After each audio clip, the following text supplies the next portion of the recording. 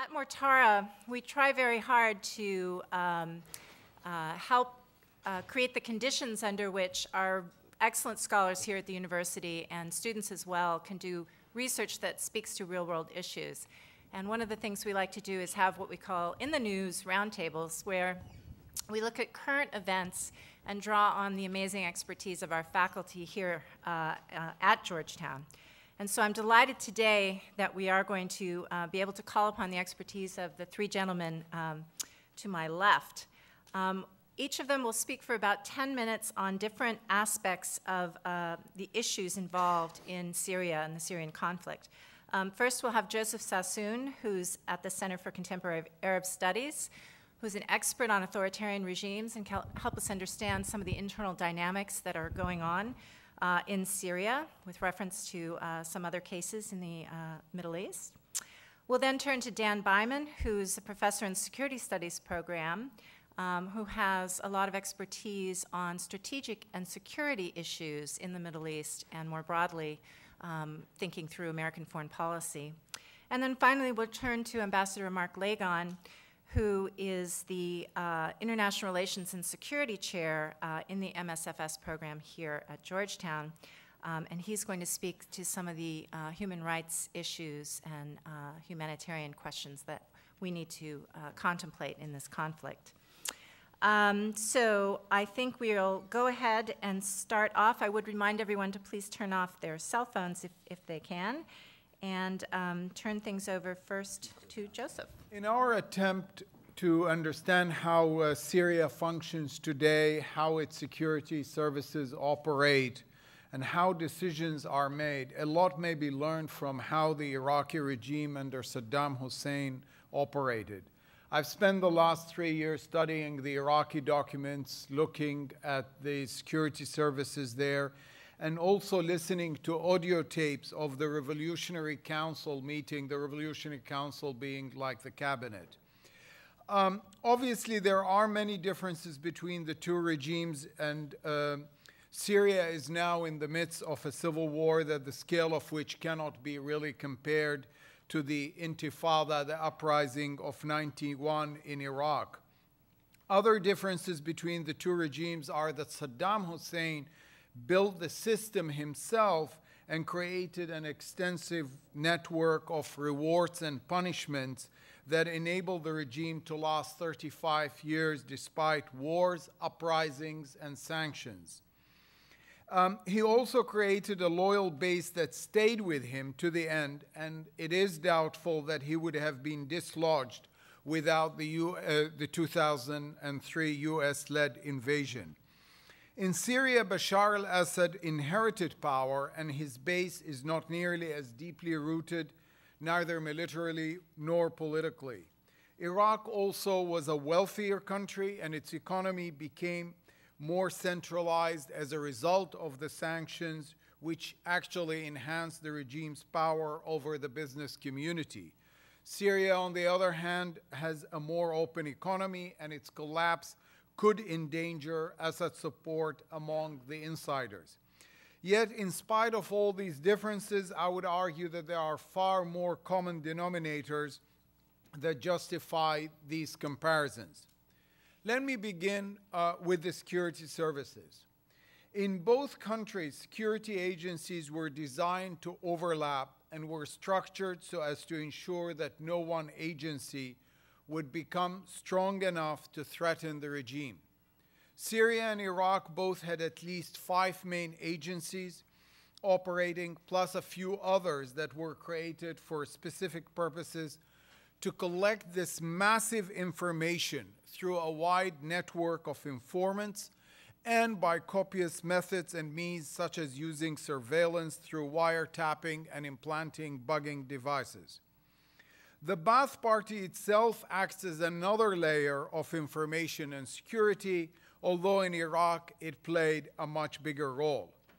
One important aspect that became very clear from the Iraqi documents: informants played a critical role in the surveillance of the population. We know now that in Iraq, very similar to communist Europe, informants were not all hapless, illiterate, or forced into providing information. A review of dozens of these files in Iraq clearly show that they came from a broad range of socioeconomic strata and educational backgrounds.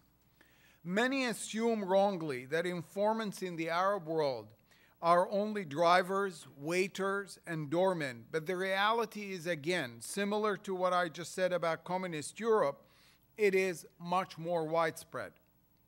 Some informants are coerced into providing information, but many others provide information for financial reasons or on a quid pro quo basis, for example, to get a license or to get into university. In Iraq, the regime managed to recruit informants from all religions and nationalities, and based on memoirs of Syrian security officials, one can deduct that it is similar in Syria. While most of these services in Syria are run by Alawites, it is totally untrue to argue that it is restricted to Alawites, as many prominent Sunnis run some of these organizations. And by the way, it was exactly the same in Iraq, where people assumed wrongly that there were no Shias in the upper echelons of these services. Security services in Iraq and Syria and other authoritarian regimes managed to recruit many young and educated men and women by using a generous reward system. Another important element which should not be underestimated is the intoxicating feeling of power. Given that these agencies were omnipresent, its members felt privileged and enjoyed immunity from law. Whether in Iraq, Syria, or Egypt, these agencies approved promotions and appointments within the government bureaucracy, judicial institutions, universities, and the army. Without exceptions, all agencies in those countries use torture on a regular and extensive basis. Some memoirs from Syria and Egypt make it abundantly clear that officers were taught torture techniques rather than investigation skills. Torture is used in all those countries also as a way to humiliate and intimidate political prisoners, even if they do not have any vital information for the regimes. The information flowing into the numerous security organizations was absolutely colossal, to the extent that in many cases these agencies admit that they were arresting and interrogating the wrong people. One memo in Iraq from the director of the security urged security officers to be more thorough in their investigation before rushing to arrest innocent citizens. We know now, as we are seeing, that regimes such as in Syria or Iraq are willing to use force to secure their position, irrelevant of the consequences. In one fascinating audio tape of the Iraqi cabinet, Saddam Hussein tells his director of security, and I quote, "We're here to serve our nation, not to kill them. Yet, whoever needs to be slaughtered will be slaughtered. We will chop heads off to serve 15 million Iraqis," end of quote. This leads me to the next issue. How was this information gathered by the security services used? Whether in Egypt, Syria, or Iraq, the pyramid of power is such that officers were not willing to take the risk of making a decision. And thus more repression was meted on the population, as there was no serious distinction between useful and less useful information. What is clear, however, from the Iraqi archives, and also from Egyptian, Syrian, Algerian memoirs, is that agencies do have information on almost every important subject. But the problem is the inability to quickly interpret and, if necessary, channel upward the information. Therefore, the decision-making process itself hindered utilizing the information efficiently. Furthermore, the overlap of agencies that I talked before about created entanglements and lack of information clarity. A critical concern facing authoritarian leaders is the credibility of intelligence gathered particularly during crisis. In Iraq, we know now that Saddam Hussein's inner circle did not disclose the truth to him about many situations and events, such as the invasion of Kuwait and how it developed, the 1991 uprising, and prior to the 2003 invasion. Intelligence reports sent to Saddam Hussein were altered from the original, as no one was willing to inform the president how the situation had truly deteriorated in certain strategic areas. It might seem very strange that when I tell you that in many instances these leaders do not know the true reality in their country, or simply they choose to ignore it.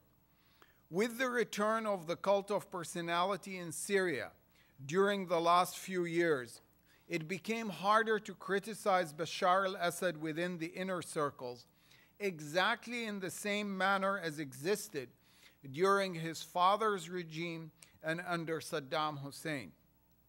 The cult of personality deepened these leaders' delusions of grandeur and belief in their own popularity and destiny as bearers of a special message to their people. Bashar al-Assad told the journalist only last October, quote, "I live a normal life, that's why I am very popular," end of quote. This is truly a critical point. Many of these leaders live in a world of delusion. There is no advantage for those close to them to tell the president the truth. Part of the strength of these regimes actually stems from the fact that leaders such as Saddam Hussein or Bashar have an inner belief that their policies are correct and that their causes are justified. Saddam believed, and Bashar still believes, that time is on their side. Saddam Hussein in 91 and Bashar al-Assad 20 years later were both taken by surprise by the uprisings, because their surrounding inner circle had not functioned as a true consulting board. Both inner groups were composed of family and clan members. On one hand, this created a cohesive and tight-knit circle that shared the same interest. On the other hand, it led to a total lack of honest and open discussions as they realized that toppling the president would lead to their own displacement. Leaders such as Saddam or Assad always opt to find temporary solutions for their problems, which allow them space to maneuver. Let me conclude by saying that there is no doubt that Bashar al-Assad is as convinced today as Saddam was 10 years ago that he could withstand the onslaught of the invasion. Loyalty of the inner group will continue to be the most decisive key in determining how long this regime can last. Assad, like Saddam or Gaddafi, will not hesitate to use as much force as needed and sacrifice the lives of thousands to guarantee the survival of his regime. Finally, remember that neither Saddam nor Gaddafi was ever enticed to run away from the battle, and neither seriously contemplated going abroad just to save their own lives. Thank you. Good afternoon. I'm going to discuss my take on U.S. interests in what's going on in Syria, as well as some of the options available to the Obama administration or whoever is elected in November. The humanitarian interests, Ambassador Lagon is going to elaborate, I believe, in more depth, but let me simply say there's no end in sight to this conflict.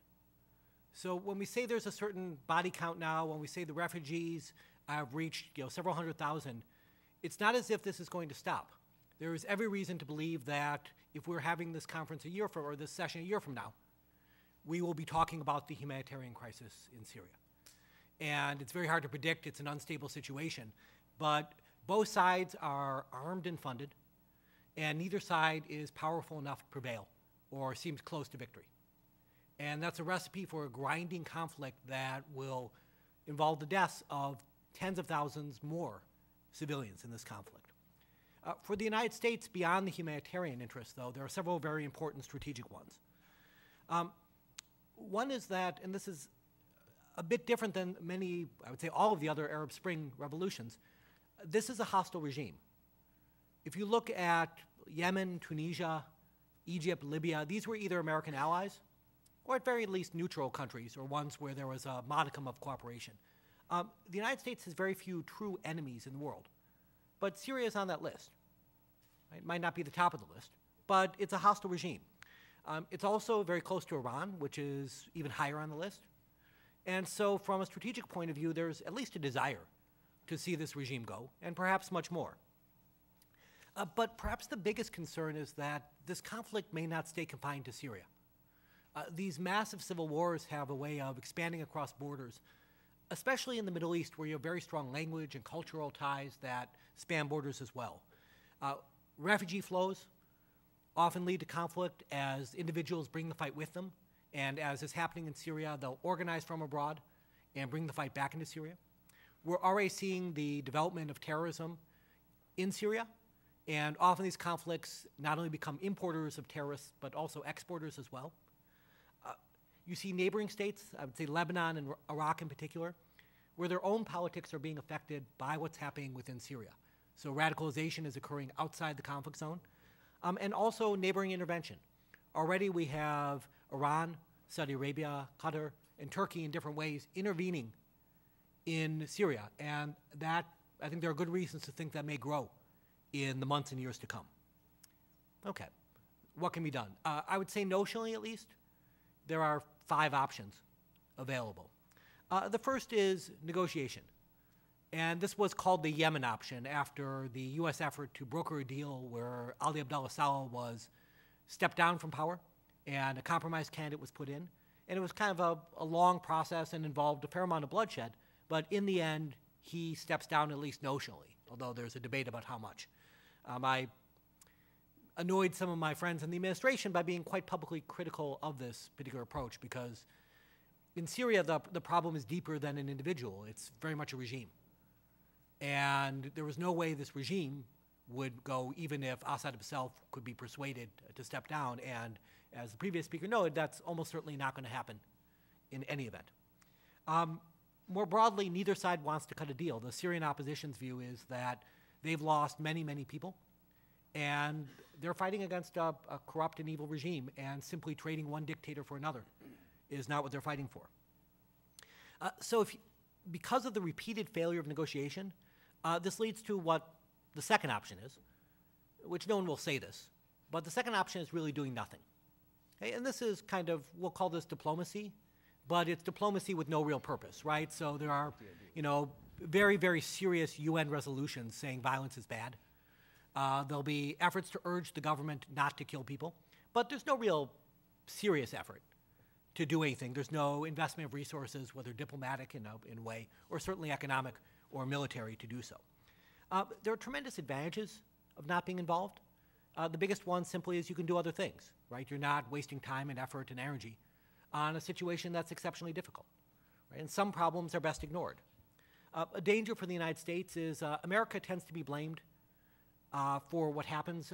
It's kind of what happens with being a superpower, where if bad things happen, America could stop them. And with that power comes, many would say, some responsibility.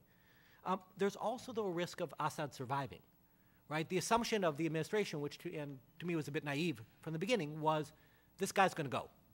We saw this happen in Tunisia. We saw this happen in Egypt. This guy just needs a little time and he's going to go. It's quite real he could survive, and many of the interests I named at the top of my talk will not be achieved. Even beyond all this, as the conflict goes on, there's a real risk that the state will fail. That Assad, instead of being replaced by another dictator, or instead of being replaced by a more democratic regime or an Islamic regime, will simply be replaced by Somalia, right? There will be this giant void of anarchy and violence and conflict where no one is in charge. And ironically, regime change efforts have encouraged this, right? One of the more effective efforts to hurt the Assad regime has been economic. So basic market functions have been disrupted in Syria. You have a shattering of normal economic activity. That hurts the regime. but it also hurts the future of any Syrian state. Syria is now awash in arms. You have sectarian tensions exacerbated. You have all these problems that don't magically go away once the dictatorship is removed. And so the question of what comes next is quite real. If you're not satisfied with doing nothing, many people have pushed a humanitarian intervention option. You have things, excuse me, like a no-fly zone, a humanitarian corridor, and these sound rather innocent, right? How could you be opposed to efforts to protect refugees and secure civilians? In reality, though, this is a way of intervening on behalf of the opposition, and will be seen as such. What you're doing is you're providing air cover against the regime for the people fighting them. If you're helping refugees, you're helping people who fled the regime. There's a famous article by Columbia professor Richard Betts called The Delusion of Impartial Intervention. And he really criticizes the idea, to me quite effectively, of going in and thinking you're just doing good and no one is going to be affected when you do these operations. One of the biggest problems with this, though, is to actually work, you're going to need forces on the ground. The regime does have an air power advantage, but most of the killing is being done by artillery, by forces on the ground. And to shape things in a true humanitarian sense, you need a more muscular intervention. There's another option being brooded about, which I'll call the opposition option. The Syrian opposition, somewhat remarkably, is still not united after 18 months of struggle, right? We as political scientists would say that having a knife at your throat really forces you to pay attention. That's not always true. And the Syrian opposition, unfortunately, in my view at least, has really not gotten its act together. Their fighting ability has increased, but they're still remarkably outgunned, and that's going to almost certainly stay constant. Other states are intervening and are helping the Syrian opposition militarily. Weapons are flowing in. More importantly, money is flowing in. But there's a real fear in the United States of aiding the wrong people. The sense that the bad guys, let's say al-Qaeda-linked jihadists, will end up with weapons indirectly provided by the United States. And it's a reasonable fear. In a war zone, it's almost impossible to control who exactly is going to get what. A fifth option is a Libya-like option, where there's a fairly direct U.S., NATO, take whatever power you will, effort on behalf of the opposition. This is something that will be much more extensive, and then Libya, the air defense is much greater, the troops are much stronger in Syria, and this is something that's not really wanted in the region, and certainly not wanted by the American people. I'll stop simply by saying I tend to favor the opposition argument. I just don't think it's going to work, but I think that there's a small enough chance it will that it's worth trying. But all of these options end up being pretty lousy. Thank you.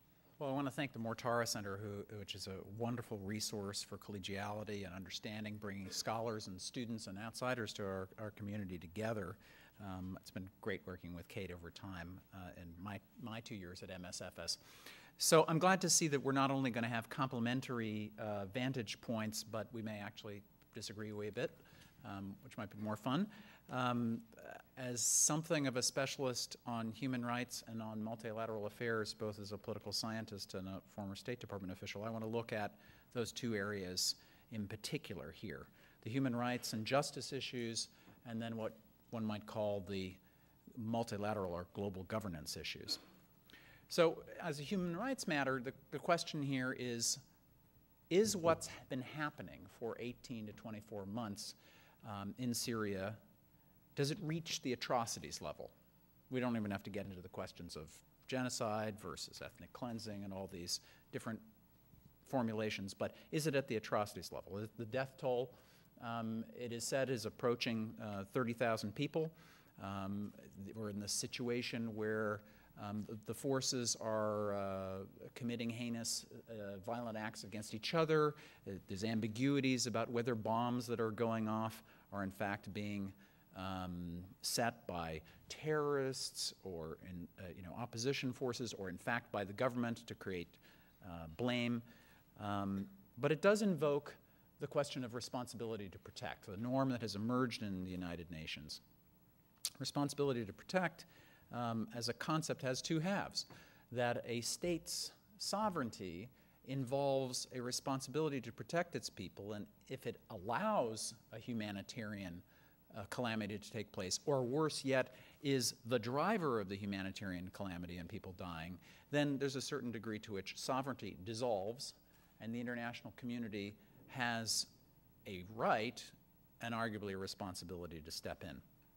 Now, Russia and China, in the UN context, about which I'll talk a little bit more soon, have great reservations about this. They're the great sovereigntists of the great power system now. And they have been uncomfortable with the development since 2005 of a norm actually endorsed in the UN of a responsibility to protect. They're particularly concerned about what happened with Libya. But I would actually say that for this norm, for this human rights norm, the glass remains half full rather than half empty. It's actually quite amazing that the world has reached a stage where there is as much interest in this idea, and that the idea is actually invoked at the Security Council at times, and that the Arab League alludes to it. So as a human rights and justice matter, there is clearly a hangover from Libya, and not just Russia and China feeling that they didn't stand in the way, they didn't veto authorization of international community support for those who were threatened by the autocratic regime in Libya. But there is reason for all of us to take pause as we see al-Qaeda and extremists in Libya and importantly next door in Mali thrive. By the way, al-Qaeda seems to be alive and well, at least in that part of the world. But the question is it just when a human rights calamity is occurring to aid insurgents? Is it appropriate to actually contribute to armed conflict and support it? And we have some lessons to learn from the past in U.S. foreign policy, and particularly the era of the 1980s. When I myself was a graduate student at Georgetown, I wrote my doctoral dissertation about the so-called Reagan Doctrine, the support for insurgencies in places like Afghanistan, Angola, Nicaragua, and Cambodia. And those cases give pause about who you pick to support as insurgents, and taking care not to laud them too much.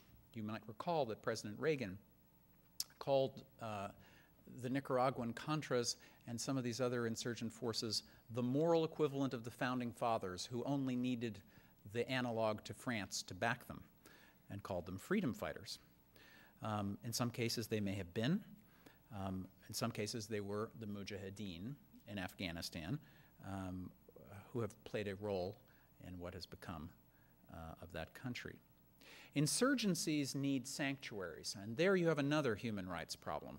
Is there a moral dilemma of a next-door state giving refuge to an insurgency, to opposition forces, despite the fact that the Free Syrian Army has, as of late last month, ostensibly moved its headquarters into liberated parts of Syria from Turkey? Turkey has been the place.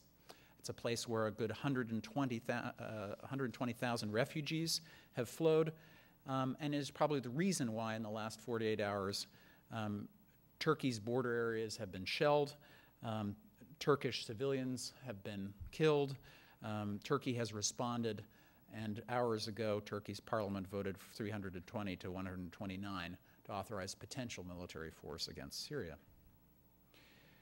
Then there are the multilateral issues, or what one might call the global governance issues, in particular with the UN.